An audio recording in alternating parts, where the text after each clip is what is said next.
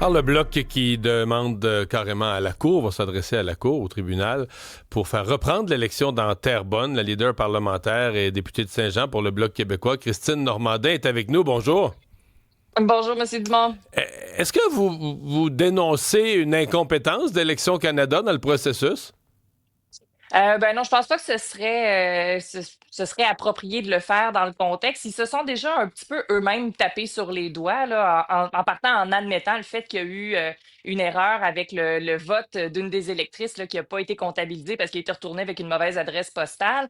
Je pense qu'à ce moment-ci, nous, ça nous servirait à pas grand-chose de leur taper ça dessus. Ce qu'on souhaite, c'est que le processus démocratique puisse suivre son cours, puis que les votes des gens de Terrebonne fonctionnent, puis que la démocratie fonctionne. Donc, on est plus en mode constructif en demandant à la Cour d'annuler l'élection parce qu'il y a eu des incongruités. Il faudra quand même qu'il y ait une enquête, qu'il y ait une analyse de ce qui s'est passé, pourquoi il y a eu des erreurs majeures dans Mhm. les faits pour éviter que ça se reproduise. Mais à cette étape-ci, nous, ça nous donnerait rien dans le futur de Hmm. juste leur taper sa tête pour les erreurs qui ont Mais été faites. Donc, c'est on parce est que plus en mode ouais. constructif dans Vous l'immédiat. n'avez pas l'impression que des erreurs comme ça, il s'en passe probablement partout? Je veux dire, dans les comtés où l'écart est de 3 000, 5 000, on ne vérifie pas, on ne recompte pas, là, tu sais, le résultat est clair, mais fait que les erreurs, on les sait jamais. Vous n'avez pas l'impression qu'il y en a peut-être beaucoup plus qu'on pense?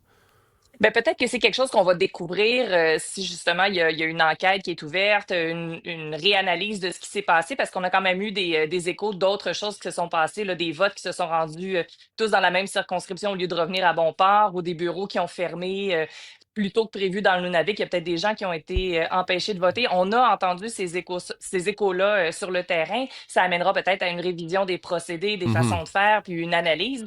Mais nous, c'est ça. Nous, on se concentre présentement vraiment sur Terrebonne parce que là, ça a une Ouais. incidence majeure, le fait qu'il y a eu des erreurs. Donc, notre attention est tournée vers là, mais ça implique pas, il ne faudra pas réanalyser Hmm. ce qui a été fait dans le futur, là. Bon, il y a le vote de cette dame. On lui a parlé ici à l'émission. Elle a un vote. Elle avait voté pour le Bloc. L'enveloppe lui est revenue là, dans la poste.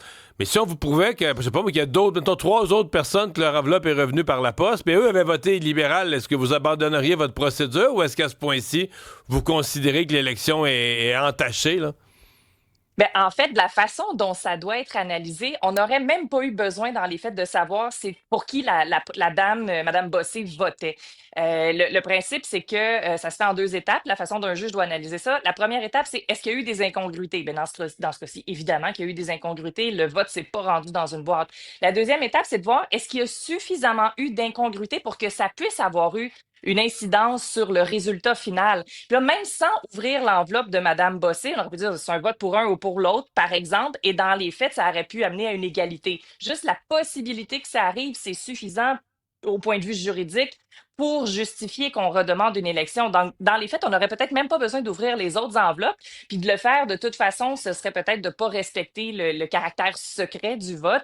Donc, on n'a pas besoin de se rendre là Quand dans il y a notre plus esprit. de votes à problème que l'écart, là, l'écart entre les deux est de 1, quand il y a plus de votes à problème que de l'écart entre les deux, on n'a pas à regarder Exact. pour qui ces votes-là étaient prévus, là. Ben non, il L'élection faudrait est pas le faire. Ce viciée. serait, Je comprends. ce serait un Euh, problème de le faire parce que c'est un vote secret, puis ils appellent ça le fameux nombre magique, là, le nombre d'incongruités versus l'écart entre les deux principaux rivaux, là.